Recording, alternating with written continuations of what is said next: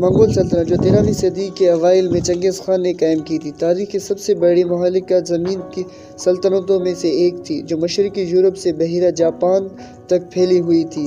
تاہم اس نے ہندوستان پر براہ راست حکومت نہیں کی۔ اس کے بجائے منگول سلطنت کے زمانے میں ہندوستان کے کچھ حصے مختلف علاقوں، سلطنت اور خاندانی کے زیر دست تھے، جیسے شمال میں دہلی سلطنت اور جنوب میں وجیانگرا سلطنت تھے۔ بے شک اگرچہ منگول سلطنت کا ہندوستان پر براہ راست کنٹرول نہیں تھا، لیکن منگول اور ہندوستانی سلطنتوں کے درمیان باواسطہ تعاملات تھے۔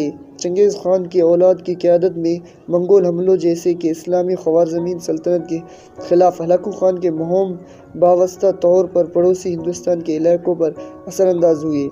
برائے 13ویں صدی کے آخر اور 14ویں صدی کے اول کے دوران فارس میں مقیم ایک منگول خاندان الخانیٹین نے شمال مغربی ہندوستان کے کچھ حصوں پر اپنا اثر و رسوخ بڑھایا۔ اس دور میں الخانات اور ہندوستانی حکمرانوں، خاص طور پر دہلی سلطنت کے درمیان سفارتی تبادلے دیکھنے میں آئے، تاہم ہندوستان میں براہ راست منگول حکمرانی عمل میں نہیں آئی۔ اس دور میں الخانات اور ہندوستانی حکمرانوں اور خاص طور پر دہلی سلطنت کے درمیان سفارتی تبادلے دیکھنے میں آئے، تاہم ہندوستان میں براہ راست منگول حکمرانی عمل میں نہیں آئی۔